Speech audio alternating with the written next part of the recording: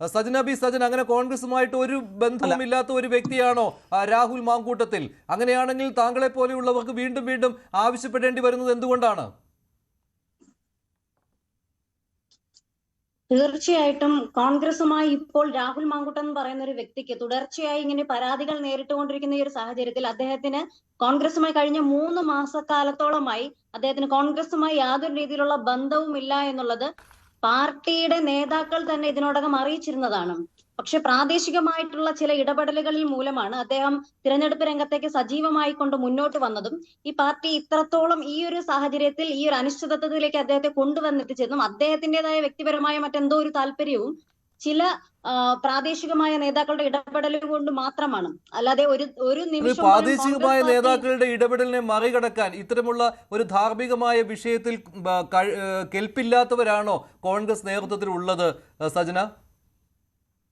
Rahul മാങ്കൂട്ടത്തിന് കെട്ടിയിടാനൊന്നും Indian national കോൺഗ്രസിനെ കൊണ്ട് കഴിയില്ല.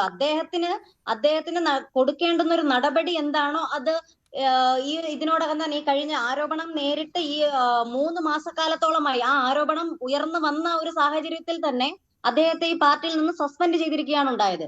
അത് മറ്റൊരു പാർട്ടിയും എടുക്കാത്തൊരു നിലപാട് വളരെ ശക്തമായി തന്നെ കോൺഗ്രസ് പാർട്ടി ഇവിടെ എടുക്കുമ്പോൾ ആ ഒരു നിലപാടിനെ ചോദ്യം ചെയ്യാൻ ഇവിടെ പല പാർട്ടിക്കാരും തയ്യാറായി നിൽക്കുകയാണ്. അവരാരും ഈ ഒരു പാർട്ടി ഈ ഒരു കാര്യത്തിൽ ചോദ്യം ചെയ്യേണ്ട ആവശ്യമില്ല. ഇപ്പൊ ഈ പറഞ്ഞതുപോലെ പല MLA-മാരും ഇന്നും പല പാർട്ടികളിലും, അതായത് CPM പോലൊരു പാർട്ടിയിൽ ഈ മുകേഷ് MLA ആരോപണ വിധേയനാണ്. അദ്ദേഹം ഇന്നും ഈ പാർട്ടിയിൽ MLA ആയി തുടരുകയാണ്.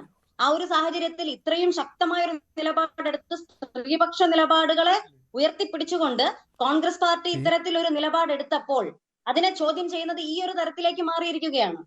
പക്ഷേ ആ ഒരു കാരണവശാലും ഇന്ത്യൻ നാഷണൽ കോൺഗ്രസ് എന്ന് പറയുന്ന ഒരു പാർട്ടി ഈ ഒരു സാഹചര്യത്തിൽ പോലും രാഹുൽ മാങ്കൂട്ടത്തിനെ പോലൊരു വ്യക്തിയെ ചേർത്ത് പിടിക്കാൻ ശ്രമിച്ചിട്ടില്ല എന്നുള്ളത്. അപ്പോൾ ഇപ്പോൾ എന്താണ് ചെയ്യേണ്ടത് സജന? ഇപ്പോൾ എന്താണ് ചെയ്യേണ്ടത്? ഈ നിമിഷം വരെ പാർട്ടിയിലുണ്ട് രാഹുൽ മാങ്കൂട്ടത്തിൽ, പുറത്താക്കിയിട്ടില്ല രാഹുൽ മാങ്കൂട്ടത്തിലിനെ. ഇന്ന് നടപടി വരുമെന്നൊക്കെയുള്ള ഒരു കേട്ടുകേൾവി ഉണ്ടായിരുന്നു, അഭ്യൂഹം ഉണ്ടായിരുന്നു. പക്ഷെ അതും ഉണ്ടായിട്ടില്ല. ഇപ്പോൾ മുൻകൂർ ജാമ്യാപേക്ഷയിൽ വിധി വരുന്നത് വരെ കാത്തിരിക്കുന്നു എന്ന രീതിയിലാണല്ലോ. അത് ശരിയാണോ അങ്ങനെ ചെയ്യുന്നത്? അല്ല, ഇന്നത്തെ ദിവസം ഇതുവരെ അവസാനിച്ചിട്ടില്ലല്ലോ. ഇപ്പോ സമയം 7:10 ആയിട്ടുള്ളൂ. സമയം ഇനിയുണ്ട്.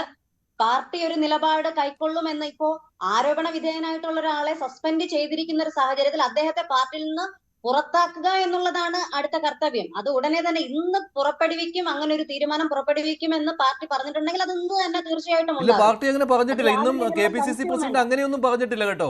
KPCC പ്രസിഡന്റ് അങ്ങനെയൊന്നും പറഞ്ഞിട്ടില്ല. അങ്ങനെയുള്ള അഭ്യൂഹങ്ങളാണ് പരന്നിരുന്നത്. ഞാൻ ചോദിച്ചത് മുൻകൂർ ജാമ്യാപേക്ഷയിൽ വിധി വരുന്നത് വരെ ഇനി എങ്ങാനും മുൻകൂർ ജാമ്യം കിട്ടിയാൽ അഗ്നിശുദ്ധി വരുത്തി എന്നാണോ? ഒരിക്കലുമില്ല. രാഹുൽ മാങ്കൂട്ടത്തിനെ പോലൊരു വ്യക്തി ഇതുവരെയും 2 ദിവസത്തിന് മുൻപ് വരെ കേവലം ഒരു ആരോപണ വിധേയനായിരുന്നു എന്നുള്ളതിൽ ഉപരി ഇപ്പോൾ 2 പരാതികൾ നിലനിൽക്കുന്ന, രണ്ടും വളരെ പ്രധാനപ്പെട്ട 2 പരാതികൾ ഉണ്ടാകുന്ന ഈ ഒരു സാഹചര്യത്തിൽ ഈ ഒരു വിഷയം ഒരിക്കലും ഒരു ആരോപണ വിധേയൻ എന്നുള്ളതിലല്ല. രാഹുൽ മാങ്കൂട്ടത്തിൽ എന്ന് പറയുന്നത് ഇപ്പോൾ ഒരു പീഡന പ്രതിയാണ്.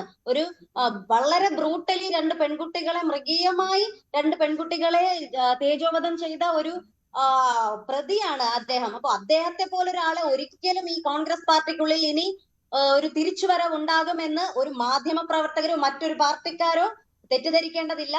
ഇത് പാർട്ടിയുടെ നിലപാടാണ്. ശരി, ശ്രീ റെജി ലൂക്കോസ്.